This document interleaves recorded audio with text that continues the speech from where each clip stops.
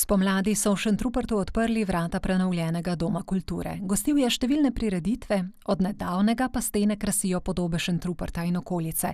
Likovna dela so nastala na junijskem slikarskem ekstemporu. V petek so ustvarjali otroci, v soboto pa je potekal ekstempore z amaterskimi slikarji od blizu in daleč. Vesel sem, da se je povabilo odzvalo 19 slikarjev, ki so ustvarjali motive Šentruperta in okolice. Večinoma so prisotni motivi Šentruperta oziroma kozolci so zelo prisotni, ki so tudi najbolj značilni simbol občine Šentrupert. Svoja dela je za razstavo prispevalo 19 odraslih slikarjev in 2 osnovnošolki. Sem šel na teren, všeč mi je krajina, okolica Šentruperta je prav fenomenalno lepa, tako da ni bilo težko motiva najti. V živo sem slikal. Ravnina in v ozadju Vesela gora, se pravi tudi kot žita in pač polja, ki se razprostirajo v okolici Šentruperta. Risal sem pa grad, Škrljevo, in sicer poimenoval sem pa preteklost. Zato, ker je grad iz preteklosti, pa ker se je ena stena gradu podrla, pa upam, da ne bo preteklost, da bo malo drugače.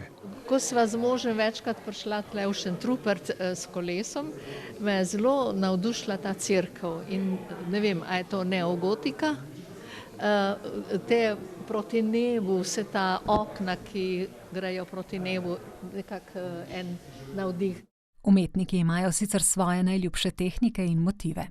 Trenutno največ se ukvarjam z abstrakcijo krajine in so v tehniki akvarela.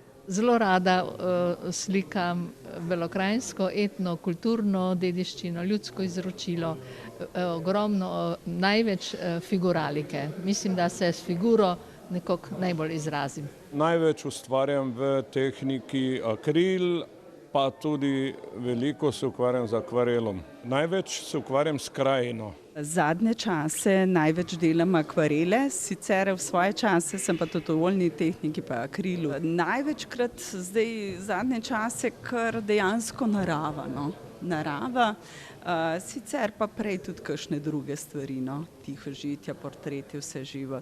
Šentrupert je tako dobil novo stalno razstavo likovnih del, prvo v Domu kulture. Šentrupert ima likovna umetnost zelo pomembno vlogo, ne odraža se le v posameznih dogodkih, ampak ima tudi posebno mesto v vzgojno-izobraževalnem sistemu, namreč v naši osnovni šoli dr. Pavla Lenunačka, kjer imamo tudi poimenovano galerijo po profesorju Jožetu Zupanu, se nahaja stalna zbirka. Na slavnostnem odprtju so prepletli izbrano besedo, likovno umetnost in glasbo, s katero so dogodek obogatile flavtistke glasbene šole Trebnje, Žana Končina, Gaja Mišmaš, Manca Hribar in Anja Kavčič, ki jih je na nastop pripravila Špela Kramberger.